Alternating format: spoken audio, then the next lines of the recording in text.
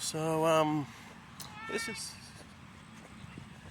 this is satire and this is sarcasm and facetious and whatever else. But I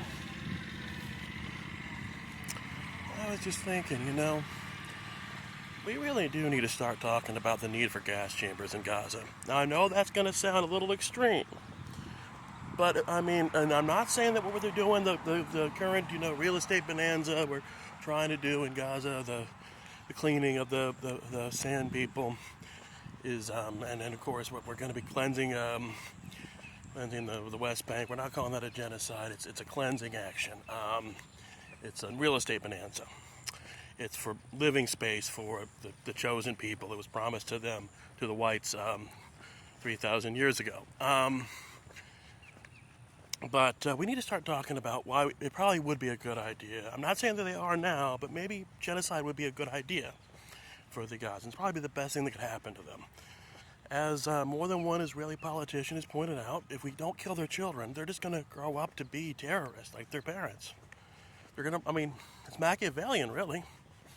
If somebody killed your family, you'd want revenge. You probably have nothing left. You're dirt poor, too. What do you got left to live for? You grow up wanting revenge. I know neoconservatism, they don't really believe in blowback. They just believe that foreigners are going to take it lying down, bent over, but that's not really how it's working. You see, the reason that asymmetrical warfare is, we've been losing it, every asymmetrical warfare America's had, we've lost, like Vietnam, because as Colonel Kurtz put it, we weren't willing to embrace the horror of the horror. We weren't willing to do what it takes. That's why Israel's going to be the first country to really win an asymmetrical warfare, other than maybe, I think Sri Lanka did something, like they really went scorched earth on the Tamil Tigers. I forget the details. But you really got to go scorched earth. You really got to make sure, you got to fucking level every building, not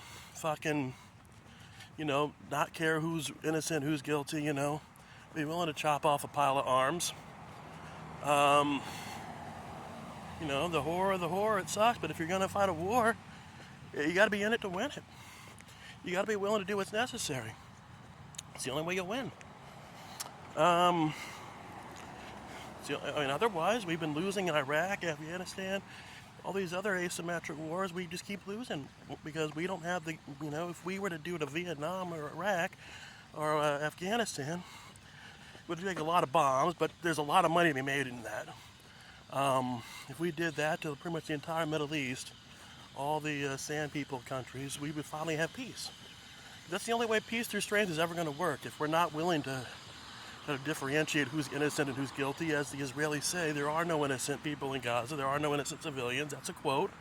There are no innocent civilians in Gaza, which means everybody's a target. There's no aid workers, no journalists. They're all terrorists. Everybody on those flotillas, they're going to be intercepted by what they're going to call Operation No Feeding the Human Animals. Hopefully Greta Thunberg will die. That'd be cool. That'd be funny. We'll all make jokes about it, then try to get people fired for making fun of Charlie Kirk's death. What? Yeah, I don't like her either when she's talking about the climate, without refusing to talk about nuclear, but she's got more balls than most of you people do.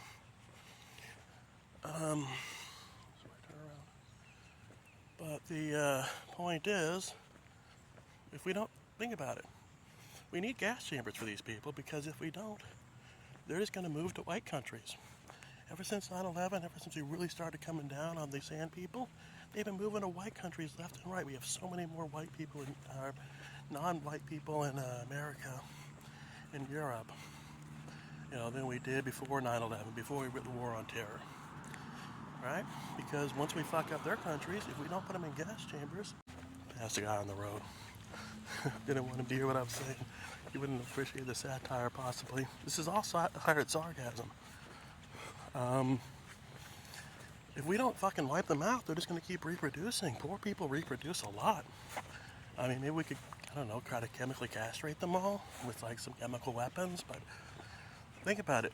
When the Gazans get moved out, the ones who survive, when they get moved out of Gaza, they're not going to just stay in whatever camp we put them in, whatever camp we relocate them to the east or west in. They're going to diaspora like every other people who's had their country fucked up did. They're going to go to Europe. They're going to go to, America, and they're going to threaten. We're going to have sand neighbors. That's everything that white conservative Christian fears, a sand neighbor. Having one of those people living near you. That's everything conservatives are scared of. That's what the last thing Jesus wanted. I mean, Jesus wanted us to kill them when they were young, before they grow up to be terrorists. That way they can go to heaven, unlike their parents who are heathens.